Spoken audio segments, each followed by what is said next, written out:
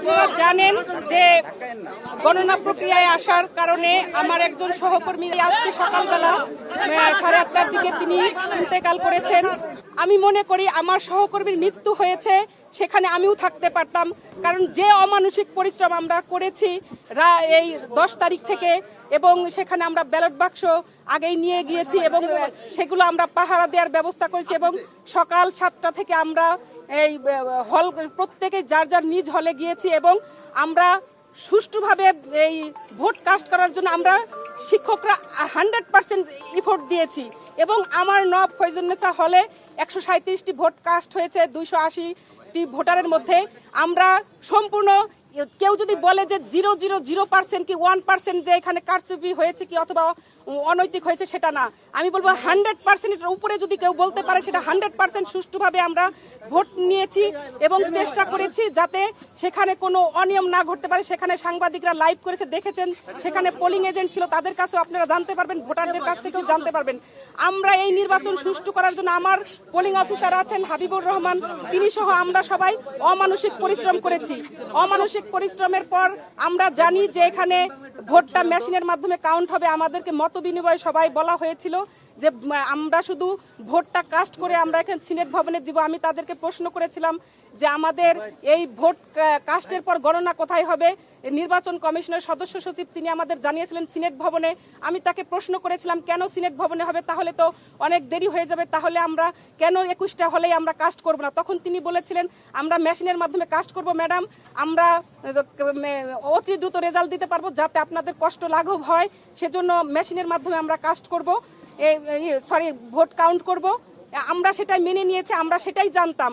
কিন্তু রাত 10 তারিখ রাতের পরে নোটিশ আসছে হঠাৎ করে, যে আমি জানতাম না সেটা। আমার প্রবোস্ট আমাকে গতকাল 11 তারিখে যখন ভোট নিচ্ছিলাম তখন আমাকে বলেছেন যে আমাদের তো ওইখানে থাকতে হবে, ম্যানুয়াল পদ্ধতিতে হবে। যদি ম্যানুয়াল পদ্ধতিতে হয় তাহলে যখন সরে আসলেন তারা মেশিনের কার্যক্রম থেকে, তাহলে ম্যানুয়াল পদ্ধতি হলেই যদি ভোট কাউন্ট হতো তাহলে দেখা যেত যে বিভিন্ন হলে রাত 10টার মধ্যে রেজাল্ট হয়ে যেত, আমরা এখানে নির্বাচন কমিশনে নিয়ে আসতাম, 11টার মধ্যে রেজাল্ট হয়ে যেত।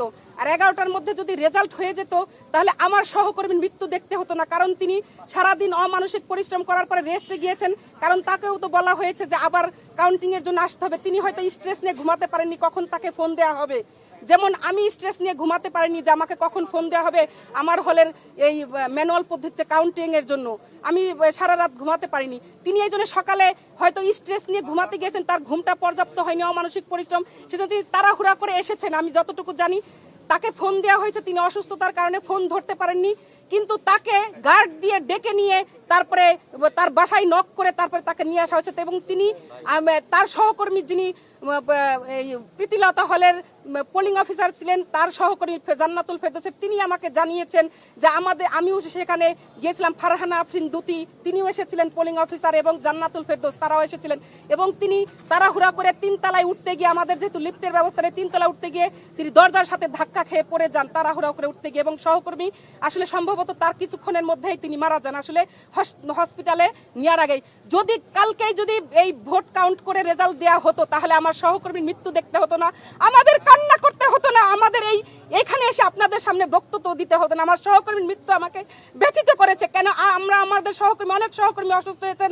আমি জানি যে চারুকলা বিভাগের কাজী মোহাম্মদ মহসিন তিনি অসুস্থ হয়ে গেছেন, তার সহকর্মীর মৃত্যুতে তিনিও একজন রিটার্নিং অফিসার। তাহলে ভোট কাউন্ট কিভাবে হবে? কেন এই ম্যানুয়াল পদ্ধতিতে নেওয়া হলো আমার প্রশ্ন, এবং ম্যানুয়াল পদ্ধতিতে নেওয়া হওয়ার কারণে তারপরেও কেন আপনার তাহলে হলে কাউন্ট হলো না? এটা আমার নির্বাচন কমিশন, এই নির্বাচন কমিশনের অব্যবস্থাপনার জন্য আমার সহকর্মী জান্নাতুল ফেরদৌসের মৃত্যু হয়েছে বলে আমি মনে করি।